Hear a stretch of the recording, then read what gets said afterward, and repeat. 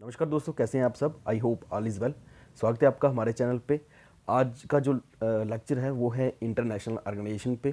काफ़ी important topic है। इसमें हम स्टार्ट करते हैं। सबसे पहला जो है बीमस्टेक। बीमस्टेक जो है इसकी सबसे पहले फुल फॉर्म आपको पता होनी चाहिए। बीमस्टेक की जो फुल फॉर्म है वो है, ये इंटरनेशनल ऑर्गेनाइजेशन है। बीमस्टेक जिस नाम से पता चल रहा है बीमस्टेक, इससे पहले इसको बोलते थे BIST। ओके, जब ये स्टार्ट हुई थी ऑर्गेनाइजेशन। सबसे पहले देख लेते हैं बीमस्टेक की फुल फॉर्म क्या है। Bay of Bengal initiative for multi sectoral technical and economic cooperation. Okay, अब इसमें कौन कौन सी कंट्रीज़ की मेंबर हैं वो नाम से ही आप एक आइडिया लगा सकते हो। सबसे पहले मैंने बताया BIST, बांग्लादेश, इंडिया और श्रीलंका और थाईलैंड, ये स्टार्टिंग के मेंबर थे इसके। लेकिन बाद में बाकी भी ज्वाइन किए। कौन कौन ज्वाइन किया है वो हम आगे देख लेते हैं। जैसा कि नाम से ही आपको पता चल रहा है कि बे ऑफ बंगाल, तो बे ऑफ बंगाल हो गया, ये आ गया आपका बे ऑफ बंगाल। तो बे ऑफ बंगाल के आसपास जितनी भी ये कंट्री है, इन्होंने एक ऑर्गेनाइजेशन बनाई जिसका नाम है बीमस्टेक। Okay, BIMSTEC organisation. और मेनली इनका है कि जब भी ट्रेड करेंगे इकोनॉमिक कॉपरेशन रहना चाहिए। तो बे ऑफ बंगाल के आसपास, तो इसमें से भी आप क्वेश्चन निकाल सकते हैं ईजिली कि बे ऑफ बंगाल के आसपास कौन कौन सी कंट्रीज़ हैं। तो स्क्रीन पे आप देख रहे हैं, जैसे ये ऑप्शन आएगा, श्रीलंका इसका मेंबर है, इंडिया इसका मेंबर है, म्यांमार इसका मेंबर है, थाईलैंड इसका मेंबर है, बांग्लादेश इसका मेंबर है, भूटान मेंबर है और म्यांमार भी इसका मेंबर है। ओके, सॉरी, ये नेपाल भी इसका मेंबर है। तो इंडिया की जितनी भी ये वाली स्टेट्स हैं बे ऑफ बंगाल के आसपास, तो मैंने बताया इंडिया, नेपाल, भूटान, बांग्लादेश, म्यांमार और थाईलैंड। ओके, यही इसके क्या है, मेंबर हैं, जो कि आपने याद करने हैं, और श्रीलंका साथ में। ठीक है, बे ऑफ बंगाल के आसपास ये स्क्रीन पे आप देख रहे हैं मैप। अगर आपने अच्छे से पढ़ा तो इतना ही याद करना है। अब इसमें क्वेश्चन आता है कि क्या पाकिस्तान इसका मेंबर है। ओके, क्या चाइना इसका मेंबर है, तो नहीं। ओके, ये दोनों जो है इसका मेंबर नहीं है। यही क्वेश्चन आपको पूछा जा सकता है। नेक्स्ट जो है, बीमस्टेक जो फाउंडेड हुई थी वो 1997 में हुई थी। बैंकॉक डिक्लेरेशन और 7 इसके मेंबर कंट्री हैं जो काफ़ी इंपॉर्टेंट है। इसकी फुल फॉर्म भी याद करनी, bay of Bengal initiative for multi sectoral लिखा है। ठीक है, technical and economic cooperation. Member मैंने बता दिए जो आपने याद करना है। ठीक है, फर्स्ट समिट हेल्ड हुई थी थाईलैंड में, और श्रीलंका इसका जो है करंट चेयरपर्सन किया है। ठीक है, और मेन इसमें आपने याद रखना है मेंबर जो है कौन कौन से हैं। 7 मेंबर्स कंट्री मैंने बताया कि बे ऑफ बंगाल याद रखना आपने, उसके आसपास जितनी कंट्री उसको टिक करना है। पाकिस्तान नहीं है, चाइना नहीं है इसका मेंबर। नेक्स्ट जो ऑर्गेनाइजेशन है वो है सार्क। सार्क के हमने देखना है कि सार्क के मेंबर कौन सी कंट्री हैं। ठीक है, क्वेश्चन में आएगा। मैंने इसका नाम नहीं बताया बीमस्टेक का। बीमस्टेक जो है इसका जो सेक्रेटरीट है वो है ढाका में। ठीक है, बांग्लादेश ढाका में, वहाँ पे इसका सेक्रेटरीट है। ओके, सार्क जो है वो इसकी फुल फॉर्म जो है SAARC। सार्क जो है south Asian association for the regional corporation. ठीक है, साउथ एशियन कंट्री जितनी आती हैं वो इसमें आती है। तो साउथ एशियन से ही आपको पता चल जाएगा कि जितनी भी कंट्री होगी वो साउथ एशियन ही होंगी। ओके, इसके मेंबर जो हैं वो कौन कौन से हैं, स्क्रीन पे देख लें आप। ये सबसे पहले जो है अफगानिस्तान इसका मेंबर है, बांग्लादेश का मेंबर है, भूटान मेंबर है, इंडिया मेंबर है, नेपाल है, मालदीव्स है, पाकिस्तान है और श्रीलंका। इसमें चाइना मेंबर नहीं है। ओके, इसमें चाइना मेंबर नहीं है सार्क में। ओके, पाकिस्तान इसका मेंबर है और मालदीव्स भी इसका मेंबर है। ये दो एक्स्ट्रा इंक्लूड ही हैं, बाकी ऑलमोस्ट सेम है, और अफगानिस्तान भी। ठीक है, जैसे बीमस्टेक में है, बीमस्टेक बांग्लादेश भी है, भूटान भी है, इंडिया भी है, नेपाल भी है और श्रीलंका भी है। अब ये तो सेम होगी, लेकिन ये पाकिस्तान और मालदीव्स और अफगानिस्तान भी इसके ये 3 एक्स्ट्रा और मेंबर हैं। ठीक है, और इसका जो सेक्रेटरीट है वो कहाँ पे है, सेक्रेटरीट इसका काठमांडू नेपाल में है। ठीक है, नेबरिंग कंट्री जितनी भी है सार्क के मेंबर हैं वो है अफगानिस्तान, पाकिस्तान, इंडिया, नेपाल, बांग्लादेश, भूटान, इसके मेंबर्स हैं। ओके, और श्रीलंका। और इस टाइम इसमें क्वेश्चन मोस्टली आता है कि क्या म्यांमार या चाइना। ठीक है, दो ही आता है कि क्या म्यांमार जो है इसका मेंबर है, तो म्यांमार इसका मेंबर नहीं है। ओके, और चाइना भी इसका मेंबर नहीं है। जो क्वेश्चन में आता है कि which of the following are the members, या फिर मेंबर्स नहीं है। ओके, केस में ये ऑलरेडी क्वेश्चन पूछा है बीमस्टेक पे, और इस बार सार्क और बाकी ऑर्गेनाइजेशन पे चांसेस है कि उस पर क्वेश्चन आ पाए। ओके, इसका हेडक्वार्टर जो है सार्क का हेडक्वार्टर वो काठमांडू नेपाल पे है। ठीक है, याद रखना है। म्यांमार जो है वो इसका मेंबर नहीं है, और चाइना भी इसका मेंबर नहीं है। ओके, और ये फॉर्म कहाँ हुई थी, ढाका में, कब, 1985 में। ओके, श्रीलंका और मालदीव भी इसके मेंबर हैं। ओके, टोटल कितने मेंबर हो गए? टोटल इसके मेंबर हो गए 1 2 3 4 5 6 7 और 8 मेंबर हो गए इसके। ठीक है, कितने मेंबर है? 7 के मेंबर 8। नेक्स्ट जो है वो आशियान ग्रुपिंग है। आशियान आपको पता होना चाहिए, आशियान की फुल फॉर्म क्या है। ये नेक्स्ट ऑर्गेनाइजेशन है आशियान जो है, इसका है association association of south east, ठीक है, एशियन नेशन। तो साउथ ईस्ट एशियन नेशन की ये ग्रुप है जो कि 10 कंट्री इसमें इन्वॉल्व हैं। कितनी? 10 कंट्री जो है इनके मेंबर्स हैं। तो ये आपको पता होना चाहिए 10 कंट्रीज के मेंबर्स हैं। कौन कौन से हैं ये? अगर आपने मैप अच्छे से पढ़ा है तो आपको ये आना चाहिए। फर्स्ट जो है Myanmar, Laos, Vietnam, Cambodia, Malaysia, Thailand, Brunei, Philippines और इंडोनेशिया, सिंगापुर। जितनी भी कंट्री हैं, टोटल 10 कंट्री हैं, इनको बोलते हैं, इस ग्रुप को बोलते हैं आशियान ग्रुप। ठीक है, कितनी आ गई? 10 कंट्री जो है, ये सारी कंट्री जो है मैप पे जितनी भी आती हैं ये वाली साउथ ईस्ट एशियन नेशन में 10 कंट्री ही आपने याद करनी है। इनमें से कौन इसका मेंबर है? इंडिया इसका मेंबर नहीं है। ठीक है, ओके, ये है 10 मेंबर स्टेट्स है साउथ ईस्ट एशिया। इसकी फुल फॉर्म मैंने बता दी, association of south east Asia nation. 10 members हैं और ऑब्जर्वर मेंबर जो है वो कौन कौन से हैं वो देख लेते हैं। ओके, लेकिन 10 मेंबर इसके हैं आशियन कंट्री के, जिसमें इंडिया एक मेंबर नहीं है। अब इसमें क्या है कि ये एस्टेब्लिश कब हुई थी? 1967 में, बैंकॉक, थाईलैंड में। 10 इसके परमानेंट मेंबर हैं और इसका जो हेड क्वार्टर है वो है जकार्ता में। अब इंडिया मेंबर क्यों नहीं है वो देख लेते हैं। रीज़न परमानेंट मेंबर इंडिया क्यों नहीं है, क्योंकि इंडिया जो है due to its geographical location, India is a part of South Asia but not South east Asia. Okay, और इंडिया को एडवाइजरी स्टेटस मिला है। और दो इनके साथ जो है फ्री ट्रेड एग्रीमेंट किया गया है आशियन जितने भी मेंबर्स हैं। ठीक है, लेकिन हमने RCEP को ज्वाइन नहीं किया है। RCEP, ठीक है, RECP को नहीं ज्वाइन किया है, रीजनल कम्प्रिहेंसिव इकोनॉमिक पार्टनरशिप। ठीक है, इसमें इंडिया ने नहीं ज्वाइन किया है, ये काफ़ी इंपॉर्टेंट है। रिसेंटली RCEP को ज्वाइन किया है जापान ने। ओके, जापान ने ज्वाइन कर दिया है लेकिन इंडिया ने नहीं किया है। ओके, अब ये RCEP क्या है? इसका फुल फॉर्म है regional comprehensive economic partnership. Okay, ये एक फ्री ट्रेड एग्रीमेंट है with the Asia Pacific nation of the Australia, जितनी भी मैंने बताई। ठीक है, ये वाली, ये एशिया पैसिफिक कंट्री जितनी भी है, जिसमें आता है Australia, Brunei, Cambodia, China, Indonesia, Japan, Laos, Malaysia, Myanmar, New Zealand, Philippines, Singapore, south Korea, Thailand, Vietnam. ये सारी किसमें आती है? RCEP।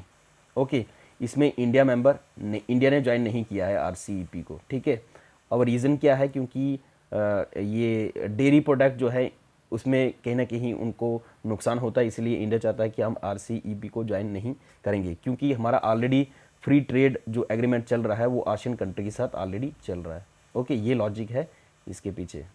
ओके, इंडिया की मार्केट को नुकसान ना हो इसलिए RCEP नहीं ज्वाइन किया है as per the statement of the government. Next जो ऑर्गेनाइजेशन है वो है G7 कंट्रीज़। तो आपको बताना चाहिए ग्रुप ऑफ 7 कंट्रीज़ कौन कौन सी हैं। इनके सिर्फ नाम याद रखने हैं, बाकी ये टाइम नहीं है कि हम डिटेल में डिस्कस करेंगे इसका क्या है। जो एग्ज़ाम में पूछा जाता है मैं वही डिस्कस कर रहा हूँ। ओके, इसके अलावा अगर आपने कहीं से पढ़ा भी है तो आप उसको रिवाइज कर सकते हैं, बट ये वाली चीज़ें छोड़नी नहीं है at this point of movement. Okay, G7 country कौन कौन सी है? Group of 7 countries. ठीक है, इससे पहले ये ग्रुप ऑफ 8 था, G8 था। रशिया इसे बाहर चला गया है, तो पता होना चाहिए कि किस कंट्री ने बाहर किया है। ठीक है, G8 बोलते थे इसको, G8। ओके, ग्रुप ऑफ मतलब ग्रुप जो डेवलप इकॉनमी है उसका ये ग्रुप है डेवलप इकॉनमी का। ठीक है, डेवलप्ड इकॉनमी का। तो G8 था, रशिया इससे बाहर निकल गया, अब G7 है। अब इसमें कौन कौन सी कंट्री हैं? ठीक है, वो है जैसे United states, France, Canada, Italy, Japan and United kingdom. तो ये नाम आपने याद रखने हैं, United states, Italy, Japan, Germany, United kingdom, Canada and France. Map की जो मैप होता है ना, मैप इसीलिए पढ़ा जाता है कि ये आपको लोकेशन याद रहे परमानेंटली। ओके, तो ये G7 कंट्रीज़ हैं, आपने मेंबर कौन कौन से G7 कंट्री के वो आपने याद रखने हैं। इंडिया इसका मेंबर नहीं है, मोस्टली ये आपने याद रखना है, India is a member of G7 country, तो इसका इंडिया मेंबर नहीं है। नेक्स्ट देख लेते हैं SCO organisation. Okay, SCO organisation, इसके मेंबर कौन है वो देख लेते हैं। मोस्टली क्वेश्चन मेंबर्स पे ही आते हैं। ओके, SCO के मेंबर कौन कौन से हैं ये आप देख लो। मेंबर स्टेट कौन कौन सी है, एक तो इंडिया इसका मेंबर है, yes India is a member, तो जिसमें इंडिया मेंबर है वो आपको याद करनी ही करनी है। ओके, ऑर्गेनाइजेशन एक आ गया SCO member, India, Kazakhstan, China, Kyrgyzstan, Pakistan, Russia, Tajikistan and Uzbekistan. ठीक है, ये एक ऑर्गेनाइजेशन जिसमें चाइना भी है, पाकिस्तान भी है। ओके, ये एक अकलौती एक ऑर्गेनाइजेशन है SCO जिसमें इंडिया भी पार्ट है, चाइना भी है और पाकिस्तान में। तो ट्रिकी क्वेश्चन है क्योंकि बीमस्टैक से भी रिलेटेड है और सार्क के रिलेटेड भी। क्वेश्चन आपको आ सकता है क्या बीमस्टैक और सार्क में पाकिस्तान और चाइना मेंबर है नहीं। क्वेश्चन का ट्रिकी यही है, यहीं से क्वेश्चन बनता है। तो सिर्फ याद रखना SCO, ये C है ना, ये C रखो आप चाइना के लिए, तो चाइना इसका मेंबर है। ओके, और मोस्टली नाम ही इसने रखा है संघाई कोऑपरेशन ऑर्गेनाइजेशन। ओके, तो संघाई जो जगह है ये कहाँ पे है, ये चाइना में ही है। ओके, ये आपकी स्क्रीन पे है, आप देख सकते हैं। चाइना इसका मेंबर है, मंगोलिया इसका मेंबर नहीं है। ओके, रेड कलर में जितनी आ रही हैं ये इसके मेंबर है। रशिया इसका मेंबर है, कजाकिस्तान इसका मेंबर है। ओके, किर्गिस्तान इसका मेंबर है, ताजिकिस्तान इसका मेंबर है, उज़्बेकिस्तान है, इंडिया है, पाकिस्तान है। ओके, ये सारे इसके मेंबर्स हैं। ठीक है, SCO मेंबर स्टेट। लेकिन SCO ऑब्जर्वर स्टेट्स भी हैं, जिसमें आपका आ गया ऑब्जर्वर स्टेट में कौन कौन से आ गए, अफगानिस्तान, बेलारूस, ईरान और मंगोलिया जो है SCO के ऑब्जर्वर मेंबर हैं। ओके, SCO डायलॉग पार्टनर कौन कौन से हैं ये इतना पूछा नहीं जाता, लेकिन आपने देख लेना है। मेन जो पूछा जाता है वो इसके मेंबर्स के लिए पूछा जाता है। ठीक है, इस टाइम में यही याद करना है आपने। ठीक है, इसको भूल जाओ।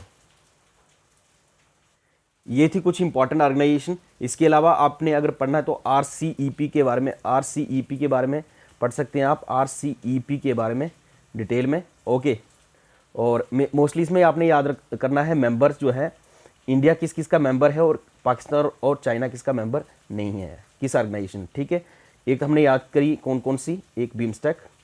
ओके, ये ज़रूरी है याद करनी है, एक सार्क। ओके, एक पढ़नी है आसियान कंट्रीज़। ठीक है, और एक पढ़ना आपने RCEP, तो काफ़ी इंपॉर्टेंट है। और एक जो लेटेस्ट अभी हमने पढ़ा SCO। ओके, अब देख लेते हैं, ये है ऑर्गेनाइजेशन जो कि काफ़ी इंपॉर्टेंट, इनके हेडक्वार्टर कहाँ पे है और इनके मेंबर कौन कौन से। अब कब बनी है इतनी इंपॉर्टेंट नहीं होती कौन सी ऑर्गेनाइजेशन, क्योंकि क्वेश्चन उसमें आता नहीं है, लेकिन आपने पढ़ लेना है, रिस्क नहीं लेना है, ये वाले छोड़ने नहीं है। ठीक है, मेंबर्स के लिए। अब पढ़ लेते हैं नेशनल पार्क जो है जम्मू कश्मीर में कौन कौन से हैं, ये काफ़ी इंपॉर्टेंट है नेशनल पार्क के लिए। तो सबसे पहले हम देख लेते हैं नेशनल पार्क जो है city forest Salim Ali national park, जो कि कहाँ पे, श्रीनगर J&K में है। और ये इंपॉर्टेंट क्यों है क्योंकि कश्मीरी स्टेग जो है हंगूल के लिए, मस्क डियर और हिमालयन ब्लैक बियर। ठीक है, ये इंपॉर्टेंट है। फिर आ गया काजीरंगा, इसका नहीं है, काजीरंगा नहीं है, ये काजीनांग है। काजीनांग जो है ये एक्चुअल में POK में आता है। ओके, इसलिए इसको नहीं पढ़ना हमने, लेकिन याद रखना काजीनांग जो है ये POK वाले एरिया में है। ठीक है, तो ये 3 इंपॉर्टेंट बन जाते हैं नेशनल पार्क। एक आ गया सलीम अली नेशनल पार्क जो इधर है श्रीनगर में, दाचिगम नेशनल पार्क जो मोस्ट इंपॉर्टेंट है। ठीक है, ये पीर पंजाल एरिया और ग्रेट हिमालय रेंज के बीच में आता है। इसमें भी कश्मीरी स्टैग है, मस्क डियर है, हिमालयन सैरो है। ठीक है, और डल लेक के आसपास है। ठीक है, ये इंपॉर्टेंट है दूसरा पॉइंट, दाचिगम नेशनल पार्क। ओके, तीसरा आ गया किश्तवाड़ नेशनल पार्क, और किश्तवाड़ नेशनल पार्क में जो है ये ग्रेट हिमालय और चिनाब रिवर के बेसिन में पाया जाता है। ओके, और हाई अल्टीट्यूड कानिफेरस फॉरेस्ट जो है यहाँ पे पाए जाते हैं। ओके, इसके अलावा जो हेमिस नेशनल पार्क है, हेमिस नेशनल पार्क ये पहले J&K का पार्ट था, लेकिन UT बनने के बाद ये अब किसका पार्ट है, लद्दाख का। ओके, तो हेमिस नेशनल पार्क अब लद्दाख का है। और ये 3 जो बचे हैं, city forest national park, Dachigam national park, Kishtwar national park, Jammu Kashmir की है। इनमें कौन कौन सी स्पीसीज जो है ये काफ़ी इंपॉर्टेंट है, कश्मीरी स्टेक, और ये भी अपने याद करना है। इसमें जो है स्नो लेपर्ड याद कर लेना आपने, काफ़ी इंपॉर्टेंट रहता है स्नो लेपर्ड कहाँ पे पाया जाता है। ओके, इसके अलावा एक इम्पॉर्टेंट और टॉपिक है, मैंने इसका जो टाइटल रखा था वो था इंटरनेशनल ऑर्गेनाइजेशन, बट ये दो टॉपिक इंपॉर्टेंट थे क्योंकि इसके बाद लेक्चर तो आएगा नहीं कोई भी। कल ही जो है केएस का एग्ज़ाम है, और इसके लिए जो इम्पोर्टेंट मुझे लगा लेक्स जो इंडिया में जो जे.एंड.के में स्पेसिफिक हैं वो आपको पता होनी चाहिए। कौन कौन सी है, जैसे वुलर लेक है, this is the largest fresh water lake है और ये बनी है ड्यू टू टेक्टोनिक एक्टिविटी। ये कुछ कीवर्ड हैं जो आपको याद पता होना चाहिए। ओके, दूसरी है वुलर लेक जो है इसको रामसर साइट का दर्जा भी मिला है, ठीक है, रामसर साइट भी है ये वुलर लेक। ओके, दूसरी बात है कि ये लार्जेस्ट फ्रेश वाटर लेक भी है और टेक्टोनिक एक्टिविटी की वजह से बनी है। ओके, दूसरी है डल लेक भी है, डल लेक जो है ये कहाँ पे है, कश्मीर में। फिर आती है टसोमरारी लेक, ये लद्दाख में है आज की डेट में। ओके, ऐसे मैप बन गया कुछ, ये आज की डेट में कहाँ है, लद्दाख में, और ये भी रामसर साइट है, ठीक है, रामसर साइट है। इसके अलावा टसोकार इसके नीचे इधर, टसोकार TSOKAR, ठीक है, ये भी क्या है, रामसर साइट बनी है, 42nd Ramsar site. Okay, India की 42nd रामसर साइट, ठीक है। रामसर साइट एक्चुअल में क्या होता है कि वेटलैंड जितनी भी हैं, ठीक है, रामसर एक कन्वेंशन हुई थी 1971 में, ठीक है, रामसर कन्वेंशन, जिसमें रामसर साइट का दर्जा दिया जाता है मोस्टली वेटलैंड्स को, और ये वुलर लेक को मिला है। एक होकेरा वेटलैंड भी है, होकेरा वेटलैंड, ओके, इसको भी क्या मिला है, रामसर साइट का दर्जा मिला, जो कि कश्मीर में है। दो याद रखनी है आपने, एक मानसर और सुनिसर, मानसर और सुनिसर, मानसर जो एक जगह है जम्मू में, मानसर और सुनिसर को भी किसका दर्जा मिला है, वेटलैंड का, सॉरी रामसर साइट का, ठीक है। तीन जो याद करनी है आपने, एक मानसर, होकेरा और वुलर लेक, इनको तीनों को रामसर साइट का दर्जा मिला हुआ है, ये काफ़ी इंपॉर्टेंट है, आपको पता होना चाहिए। नेक्स्ट जो है पेंगोंग टसो लेक, ओके, ये लार्जेस्ट साल्ट वाटर लेक इन जे.एंड.के, ओके, और इसमें 70% एरिया जो है ऐसे ही है, पेंगोंग लेक 70% एरिया जो है ये चाइना के पास है, मतलब चाइना के एरिया में पड़ता है, और कुछ अक्साइचिन के पास है, और कुछ ही पार्ट जो है इंडिया के पास है, ठीक है, लेकिन याद होना चाहिए कहाँ पे, ये लद्दाख में, पेंगोंग टसो लेक। नेक्स्ट जो आपने याद करना है वो काफ़ी इंपॉर्टेंट है, ये इसलिए क्योंकि पिछली बार क्वेश्चन आया था लास्ट टाइम में ले इसी के ऊपर, वेटलैंड के ऊपर, और उसमें ऑप्शन बताने थे आपने एग्जैक्टली, ठीक है, पेयर जो है करेक्टली बताना, तो उसके लिए ये आपको पता होनी चाहिए। वेटलैंड्स जैसे आप हिमाचल की ले चले, हिमाचल की जो है गोविंद सागर डीपेस्ट लेक आ गया, ओके, ये आ गया उत्तराखंड, उत्तराखंड में क्या क्या इंपॉर्टेंट है, भीमताल, चंद्रताल, ओके, और वैसे तो चंद्रताल मेरे हिसाब से कहाँ आना चाहिए, हिमाचल में, क्योंकि चंद्रभागा रिवर जो है, चंद्रभागा जो है चिनाब रिवर इधर से आती है, ठीक है, तो ये हिमाचल का है चंद्रताल, जस्ट वेट। तो ये आपने याद रखना है, जो चंद्रताल जो है ये चंद्रताल, ठीक है, ये हिमाचल प्रदेश में है, ठीक है, ये थोड़ा सा गलत हो गया है, चंद्रताल जो है ये, चंद्रताल जो है ये कहाँ पे है, हिमाचल प्रदेश में, तो ये आपने याद रखना है हिमाचल प्रदेश में जो है, क्यों मैंने याद इसलिए किया है, चंद्रभागा जो रिवर है वो हिमाचल से निकलती है, और चिनाब रिवर जो है यहाँ से होके जाती है, ओके, फिर ये यहाँ से इंदस आ रही है, इंदस को मिलती है इधर, ओके, तो ये एक्चुअल में चंद्रताल से याद रखना है, चंद्रताल जो लेक है ये कहाँ पे है, हिमाचल प्रदेश में, ऑब्जेक्टिव के लिए काफ़ी इंपॉर्टेंट है। बाकी लेक्स जो हैं, मोस्ट इंपॉर्टेंट लेक जो है वो लोकतक लेक है, जो कि मणिपुर में है, ठीक है, और ये एक लार्जेस्ट फ्रेश वाटर जो है नॉर्थ ईस्टर्न साइड में, इधर नॉर्थ ईस्ट में ये लार्जेस्ट फ्रेश वाटर लेक है। इंडिया में कौन सी है, ये largest fresh water lake Wular lake, okay. और इसके अलावा आपने जो याद करना है काफ़ी इंपॉर्टेंट है वो है सांबर लेक, सांबर लेक जो है ये कहाँ पे है, राजस्थान में। इसके अलावा आपने याद रखना है जो काफ़ी इंपॉर्टेंट है चिल्का लेक, चिल्का लेक जो है काफ़ी इंपॉर्टेंट है। इसके अलावा Kolleru lake, Pulicat lake, Pulicat lake is the second largest brackish water lake in India, okay.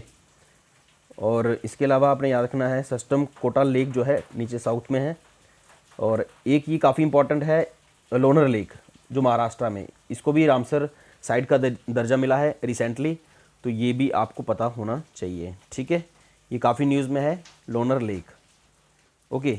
Bhojtal lake जो है एमपी में है, ठीक है, एमपी में भोजताल लेक, ये वही डिस्कस कर रहा हूँ जो काफ़ी इंपॉर्टेंट है। लोकतक लेक जो है आज की डेट में ये क्या है, मॉन्ट्रेस रिकॉर्ड, MONTREAUX, मॉन्ट्रेस रिकॉर्ड में इसको डाला गया है, मॉन्ट्रेस रिकॉर्ड में। ओके, एक लोकतक लेक को और एक डाला गया है केवलादियो नेशनल पार्क। केवलादियो नेशनल पार्क जो है यहाँ पे है, कहाँ पे, राजस्थान में। यहाँ पे लिखा नहीं है, जस्ट लोकेशन यहाँ पे गई। ओके, यहाँ पे है केवलादियो नेशनल पार्क, केवलादियो नेशनल पार्क जो है। ओके, ये जो है भरतपुर के पास है, राजस्थान में। तो इसको और लोकतक लेक को मॉन्ट्रेस रिकॉर्ड में डाला गया है। पहले, इससे पहले चिल्का को भी डाला गया था, लेकिन चिल्का लेक को बाहर निकाल दिया गया है। तो ये काफ़ी इंपॉर्टेंट है कि मॉन्ट्रेस रिकॉर्ड में, रामसर साइट में मॉन्ट्रेस रिकॉर्ड में किस किस लेक को रखा गया है, एक लोकतक लेक और एक केवलादियो नेशनल पार्क। नेशनल पार्क भी है और वेटलैंड भी है। ओके, ये थी कुछ इंपॉर्टेंट जो कि आपको पता होनी चाहिए। इसके अलावा आपने रिवर्स, जितने भी रिवर सिस्टम है वो आपको पता होनी चाहिए, डैम्स पता होने चाहिए जो काफ़ी इंपॉर्टेंट है, और मैप JNK का स्पेसिफिकली आपको आना ही चाहिए। ओके, ये था आज का लेक्चर जो काफ़ी आई थिंक इम्पॉर्टेंट था आपके लिए, और wish you all the best. अपना रोल एडमिट कार्ड लेके साथ जाएं, और आधार कार्ड विद फ़ोटो और बाल पेन भी लेके जाएं। ये 3 रिक्वायरमेंट हैं KS की एग्ज़ाम के लिए जो कि आपको चाहिए ही चाहिए। और बाकी पेपर डिस्कस करेंगे हम जब पेपर मार्केट में आ जाएगा। ओके, और जब भी GS1 दें, जैसा भी होता है, GS2 के लिए जैसे जो पेपर 1 दें और उसके बाद पेपर 2 के लिए 2 घंटे होंगे, उसी में खाली रिवाइज़ करें। आंसर की कोई भी चेक करने की ज़रूरत नहीं है, शाम को हम आंसर की डिस्कस कर देंगे। ओके, और CSET पे थोड़ा सा ध्यान दें। थैंक यू सो मच, मिलते हैं नेक्स्ट लेक्चर में। अगर आपको लेक्चर पसंद आया, लाइक और शेयर ज़रूर करें। Thank you so much.